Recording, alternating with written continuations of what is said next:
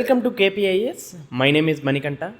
నిరంతర సాధన ప్రోగ్రాంలో భాగంగా ఈరోజు మనం ఇంకో టాపిక్ గురించి డిస్కస్ చేసుకుందాం. సో ఈరోజు టాపిక్ ఏంటంటే శ్రీలంక పాలిటిక్స్ గురించి ఈరోజు డిస్కస్ చేసుకుంటాం. ముఖ్యంగా ఇటీవల కాలంలో శ్రీలంకకి కొత్త ప్రెసిడెంటు నియామకం అనేది జరిగింది.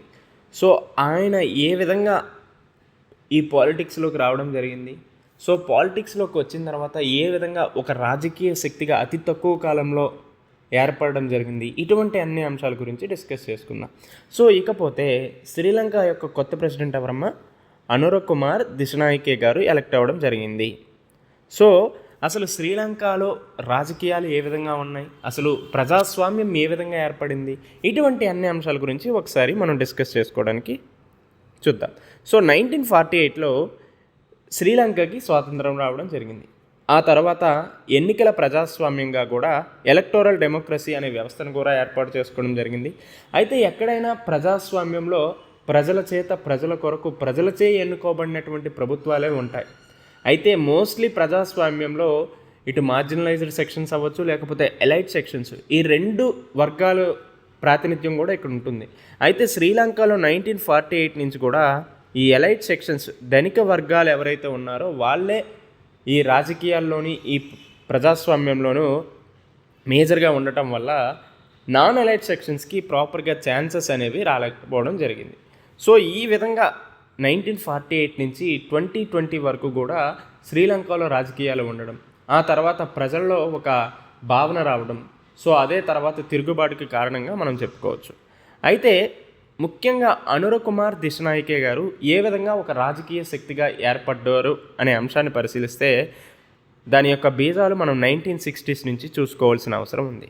సో 1960sలో జేవీపీ అనే ఒక ఆర్గనైజేషన్ ఏర్పడింది. సో జేవీపీ అంటే జనతా విముక్తి పెరుమాన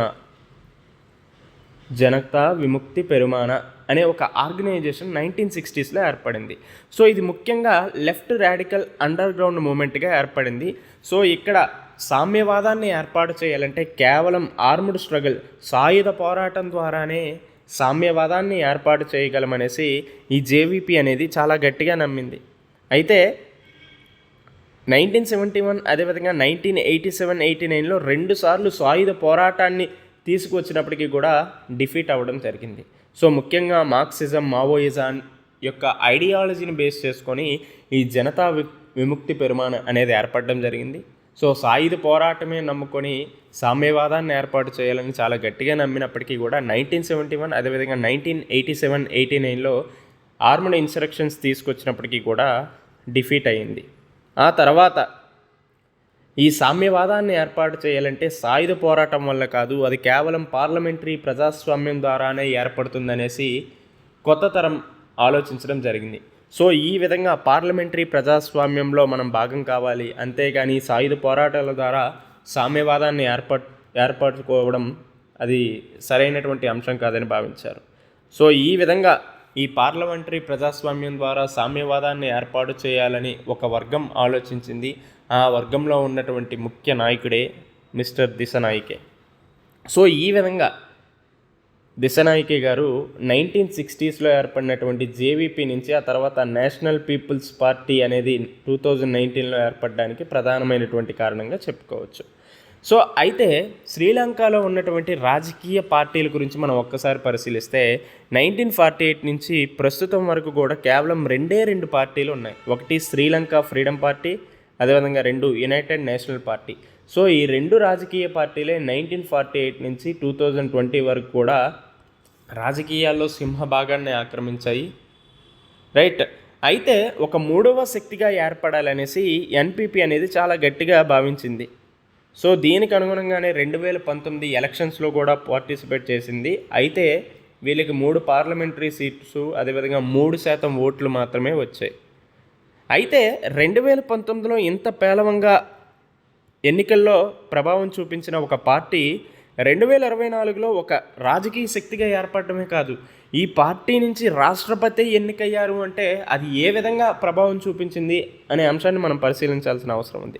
అయితే ఏ విధంగా ఈ నేషనల్ పీపుల్స్ పార్టీ అనేది రైజ్ అయిందనే అంశాన్ని చూసుకుంటే ముఖ్యంగా 2 కారణాలను మనం చూడొచ్చు. ఒకటి అక్కడ వచ్చినటువంటి ఎకనామిక్ క్రైసిస్, ఆర్థిక సంక్షోభం.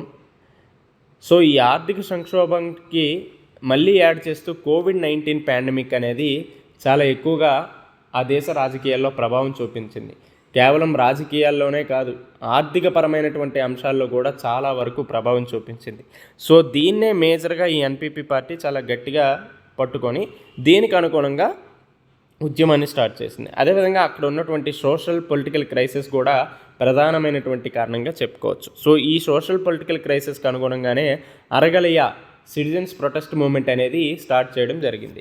సో ఈ విధంగా మనకి ఇన్ కేస్ ప్రిలిమ్స్లో అడిగితే ఈ అరగలియా మూమెంట్ అంటే ఏంటి, లేకపోతే అరగలియా మూమెంట్ అనేది ఎక్కడ స్టార్ట్ అయ్యింది అనే అంశం గురించి మనకు అడుగుతారు. కాబట్టి ఈ పదాన్ని మీరు గుర్తుపెట్టుకోవాల్సిన అవసరం ఉంది. సో ఈ విధంగా ఈ అరగలియా లేకపోతే సిటిజన్స్ ప్రొటెస్ట్ మూమెంట్ ఎప్పుడైతే జరిగిందో ఈ ఎన్పీపీ అనేది రైజ్ అవ్వడం మొదలుపెట్టింది. సో ఇవి మాత్రమే కాకుండా ఇంకొన్ని రీజన్స్ కూడా ఈ ఎన్పీపీ పార్టీ అనేది రైజ్ అవ్వడానికి కారణంగా చెప్పుకోవచ్చు. సో ఏంటి అవి? ప్రీవియస్గా శ్రీలంక గవర్నమెంట్ ఏదైతే ఉందో అవి తీసుకొచ్చినటువంటి ప్రోగ్రామ్స్ వెల్ఫేరిస్టిక్గా ఉండకపోవడం, సంక్షేమ రాజ్యాన్ని ఏర్పాటు చేయడంలో వెనకబడడం, అదేవిధంగా కరప్షన్, ఈ ఎలైట్ సెక్షన్స్ ఎవరైతే ఉన్నారో వీళ్ళకి అనుగుణంగానే ఇది చేశారు. కానీ ధనిక వర్గాలకి ప్రోగానే ఉంది, కానీ ఈ అణగారిన వర్గాల ప్రజలకు ఎటువంటి సంక్షేమాన్ని అందించకపోవడమే కాకుండా అవినీతికి కూడా ప్రధానమైనటువంటి స్థావరంగా ఈ ప్రభుత్వం మారింది. అదేవిధంగా ప్రో ఎలైట్గా ఉండడం. సో కొత్త రకమైనటువంటి ట్యాక్స్ పాలసీస్ తీసుకురావడం, ఈ ట్యాక్స్ పాలసీస్, ఈ పన్ను సంస్కరణలు ఏవైతే ఉన్నాయో ఇవన్నీ కూడా పేదవర్గం మీద ఎక్కువగా ప్రభావం చూపించడం వల్ల అక్కడ ఉద్యమం రావడం మొదలెట్టింది. సో వీటన్నిటి వల్ల ఏమైందంటే ఇన్కమ్, అదేవిధంగా సోషల్ ఇన్ఈక్వాలిటీస్, సామాజిక ఆర్థిక అసమానతలు కూడా పెరగడం మొదలుపెట్టాయి. రైట్, ఇవి ప్రధానమైనటువంటి కారణాలుగా చెప్పుకోవచ్చు. ఒకటి ఎకనామిక్ క్రైసిస్, ఆర్థిక సంక్షోభం, కోవిడ్-19 పాండమిక్తో పాటునే అక్కడ సామాజిక రాజకీయ పరమైనటువంటి సంక్షోభం కూడా ఏర్పడింది. సో దీనికి అనుగుణంగా అరగలియా సిటిజన్స్ ప్రొటెస్ట్ మూమెంట్ అనేది కూడా స్టార్ట్ అయింది. ఇది మాత్రమే కాకుండా ప్రీవియస్గా ఉన్నటువంటి శ్రీలంక ప్రభుత్వం కూడా వెల్ఫేరిస్టిక్ అప్రోచ్ను కాకుండా ప్రో ఎలైట్ అప్రోచ్ను ఫాలో అవ్వడం, కొత్త రకమైనటువంటి పన్ను సంస్కరణలు తీసుకురావడం వల్ల అది పేదవర్గం మీద ఎక్కువగా ప్రభావం చూపించడం, సో అవినీతి ఎక్కువగా పెరిగిపోవడం. ఇది మాత్రమే కాకుండా వీటన్నిటి వల్ల ఇన్కమ్ అండ్ సోషల్ ఇన్ఈక్వాలిటీస్ కూడా పెరిగిపోవడం వల్ల ప్రధానమైనటువంటి కారణాలుగా మనం చెప్పుకోవచ్చు. సో ఈ అంశాల అనుగుణంగానే ఎన్పీపీ అనేది రైజ్ అవుతూ వచ్చింది. సో ఈ విధంగా ఎన్పీపీకి అక్కడ ఒక మంచి స్థానం కలగడమే కాకుండా ఆ తర్వాత ఎన్పీపీ తీసుకొచ్చినటువంటి ఎజెండా ఏదైతే ఉందో అది ప్రజల్లోకి వెళ్ళటం వల్ల ఎన్పీపీ అనేది రైజ్ అయింది. సో ఈ విధంగా ఏ ఎజెండా తీసుకొచ్చిందంటే ముఖ్యంగా ఇక్కడ ఏదైతే కరప్షన్ ఉందో దాన్ని కరప్షన్ ఫ్రీ, అవినీతి రహిత శ్రీలంకగా మారుస్తామనేసి నేషనల్ పీపుల్స్ పార్టీ అనేది చాలా బలంగా ప్రజల్లోకి తీసుకెళ్ళింది. అదేవిధంగా ఇంతవరకు ప్రీవియస్గా ఉన్నటువంటి శ్రీలంక గవర్నమెంట్స్ అన్నీ కూడా ఎలైట్ సెక్షన్స్కి ప్రోగా ఉన్నాయి. సో ప్రస్తుతం ఎన్పీపీ ఏదైతే ఉందో అది ప్రో పూర్ గవర్నమెంట్, పేదవాళ్లకు అండగా ఆసరాగా ఉంటానని చెప్పింది. అదేవిధంగా క్రోనియిజాన్ని మేము ఎట్టి పరిస్థితుల్లో కూడా అమలు చేయమనేసి చెప్పింది. అదేవిధంగా ప్రస్తుతం ఉన్న వ్యవస్థ ఏదైతే ఉందో దాన్ని పూర్తిగా సమూలంగా మారుస్తామనేసి ఎన్పీపీ ఎజెండా ఏదైతే ఉందో అది ప్రజల్లోకి చాలా గాఢంగా వెళ్ళటం వల్ల ఎన్పీపీ అనేది రైజ్ అవ్వడానికి ప్రధానమైనటువంటి కారణంగా చెప్పుకోవచ్చు. రైట్, అయితే వీటన్నిటి వల్ల కూడా ఎన్పీపీ అనేది ఒక రాజకీయ శక్తిగా ఏర్పడి తర్వాత ప్రెసిడెంట్గా కూడా ఏర్పడడానికి కారణమైంది. సో అనుర కుమార్ దిశనాయకే గారు ప్రెసిడెంట్గా ఏర్పడడానికి ఈ కారణాలన్నీ చెప్పుకోవచ్చు.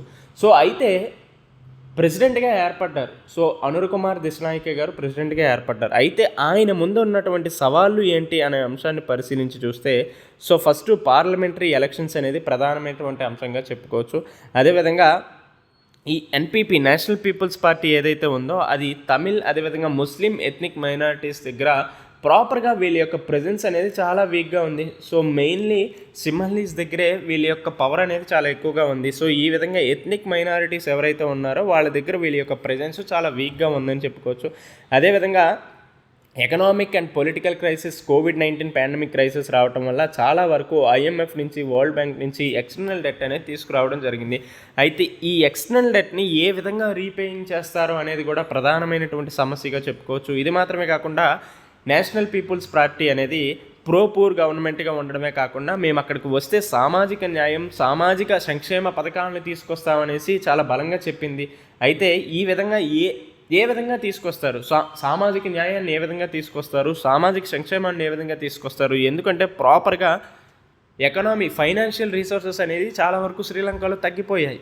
సో ఈ కాంటెక్స్ట్లో ఏ విధంగా సామాజిక న్యాయాన్ని, సామాజిక సంక్షేమాన్ని తీసుకొస్తారనేది కూడా ప్రధానమైనటువంటి సవాలుగా చెప్పుకోవచ్చు. అదేవిధంగా corruption free system of government, అవినీతి రహిత ప్రభుత్వాలుగా ఏర్పాటు చేస్తామని చెప్పారు. సో మోస్ట్ ఆఫ్ ద చాలా దేశాలు, చాలా రాష్ట్రాలు, ఈవెన్ మన ఇండియాలో కూడా చాలా రాష్ట్రాల్లో అవినీతి రహిత దేశంగా, అవినీతి రహిత రాష్ట్రంగా మారుస్తామని చెప్తున్నారు. కానీ సో తర్వాత అధికారంలోకి వచ్చినాక ఏ విధంగా అవినీతి రహిత భారతదేశంగా, అవినీతి రహిత రాష్ట్రంగా మారుస్తున్నారు అనేది ప్రశ్నార్థకంగానే ఉంది కదా. సో ఈ విధంగా ఢిల్లీ తీసుకోండి, so most of the liquor cases, ఇటువంటి అన్ని అంశాల్లో కూడా కూరుకుపోయారు. సో అవినీతికి వ్యతిరేకంగా ఒక ఉద్యమం తీసుకొచ్చిన నాయకుడే అవినీతి కేసులో కోర్టులోకి వెళ్ళారు, అవినీతి కేసులో జైలుకు వెళ్ళారు. సో ఈ విధంగా చాలా రాష్ట్రాల్లో ఇలాంటి వ్యవస్థలు నడుస్తున్నాయి. సో ఈ విధంగా ప్రతి రాజకీయ పార్టీకి అవినీతిని నిరోధిస్తాం అనేసి ఒక బోటకంగా మాట్లాడుతున్నారు. సో ఇది కూడా ప్రధానమైనటువంటి సవాలుగా చెప్పుకోవచ్చు, రైట్. ఈ విధంగా మనం ఈ అంశాన్ని పరిశీలించవలసి ఉంటుంది. సో ఏ విధంగా ఆయన ఒక రాజకీయ శక్తిగా ఎదిగారు, ఏ విధంగా ప్రెసిడెంట్గా రావడానికి ఆయన చేసిన కృషి, ఇటువంటి అన్ని అంశాలని పరిశీలించుకున్నాక దీనికి సంబంధించి ప్రిలిమ్స్ పాయింట్ ఆఫ్ వ్యూలో ఒక చిన్న క్వశ్చన్ అడుగుతా. సో శ్రీలంకకి ఇండియాకి మధ్య ఉన్నటువంటి జాయింట్ మిలిటరీ ఎక్సర్సైజ్ ఏంటి అనేది మీరు కామెంట్స్లో చెప్పండి.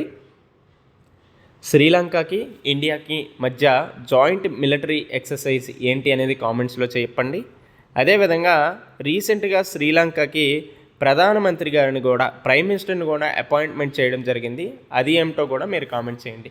సో ఈ రెండు కూడా మనకి ప్రిలిమ్స్ పాయింట్ ఆఫ్ వ్యూలో చాలా ఇంపార్టెంట్. అటు రాబోయే గ్రూప్ 2 అవ్వచ్చు, గ్రూప్ 1 అవ్వచ్చు, యూపీఎస్సీలో కూడా ఈ అంశాలు అనేవి చాలా ఇంపార్టెంట్, రైట్. అయితే దీన్ని మనం మెయిన్స్ పాయింట్ ఆఫ్ వ్యూలో అవ్వచ్చు, లేదంటే యూపీఎస్సీ పాయింట్ ఆఫ్ వ్యూలో ఏ విధంగా చదువుతామంటే ఇండియాకి శ్రీలంక మధ్య ఉన్నటువంటి రిలేషన్స్ గురించి, అదేవిధంగా శ్రీలంక అదేవిధంగా ఇండియా బీమ్స్టెక్, సార్క్లో రెండింటిలో కూడా మెంబర్ కంట్రీస్ కాబట్టి ఈ బీమ్స్టెక్ అదేవిధంగా సార్క్కి సంబంధించినటువంటి అంశాలు చదువుకుంటాం. అదేవిధంగా ఇండియా నైబర్హుడ్ పాలసీ అనేది తీసుకొచ్చింది. సో ప్రస్తుతం ఏదైతే శ్రీలంక గవర్నమెంట్ ఫామ్ అయిందో అది ఇండియా మీద ఏ విధంగా ప్రభావం చూపిస్తుంది. సో ప్రస్తుతం అనుర్ కుమార్ దేశనాయకకి ఇండియాకి అంత ప్రోగా లేరు. సో ఈ విధంగా నైబర్హుడ్ పాలసీ ఇంటర్లింక్ చేసుకొని శ్రీలంకలో ఇంకా ఏ విధమైనటువంటి అంశాలను మనం అభివృద్ధి చేయడం వల్ల రెండింటి మధ్య రిలేషన్స్ పెరుగుతాయని చదువుకోవచ్చు. అదేవిధంగా ఇటీవల కాలంలో చూసుకుంటే మన నైబర్హుడ్ కంట్రీస్ ఏవైతే ఉన్నాయో అక్కడ చైనాస్ యొక్క డామినెన్స్ అనేది చాలా ఎక్కువగా ఉంది. సో దీన్ని కూడా ఇంటర్లింక్ చేసుకొని చదువుకుంటాం. అదేవిధంగా కరెన్సీ స్వాప్ అగ్రిమెంట్స్ ఇటు మనకి శ్రీలంకకి మనకి అవ్వచ్చు, లేకపోతే బంగ్లాదేశ్కి మనకి కూడా జరిగాయి కాబట్టి ఈ కరెన్సీ స్వాప్ అగ్రిమెంట్స్ ఏంటి, ఇటువంటి అన్ని అంశాలని మనం మెయిన్స్ పాయింట్ ఆఫ్ వ్యూలోని అదేవిధంగా యూపీఎస్సీ పాయింట్ ఆఫ్ వ్యూలోని చదువుకోవాల్సిన అవసరం ఉంటుంది. ఐ హోప్ మీ అందరికీ ఈ అంశం గురించి అర్థమైంది అనుకుంటున్నా. సో మళ్ళీ ఇదే సమయానికి రేపు ఇంకొక అంశంతో కలుసుకుందాం. Until then take care, bye.